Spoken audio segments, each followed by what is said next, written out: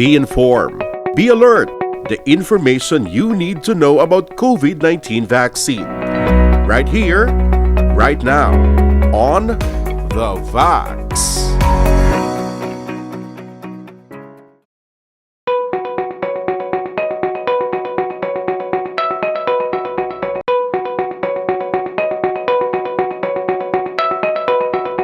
Para sa mga ginikanan nga kaduha-duha pa nga magpabakuna para sa ila kaugalingon, una syempre hindi kita kauyon nga magka-COVID ka mo. So dapat mapabakuna ka mo.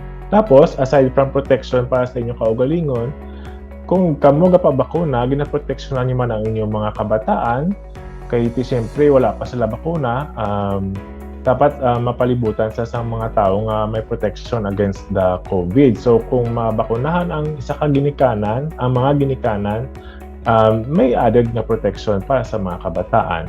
Kag syempre, ang hindi lang man sila, sa mga balay nila, hindi lang man nanay kag tatay, may lolo pa, lola. So ang protection sa isa ka tao nga may bakuna, ang benepisyo niya hindi lang para sa iya kaugalingon, kundi para sa mga tao nga upod niya sa balay,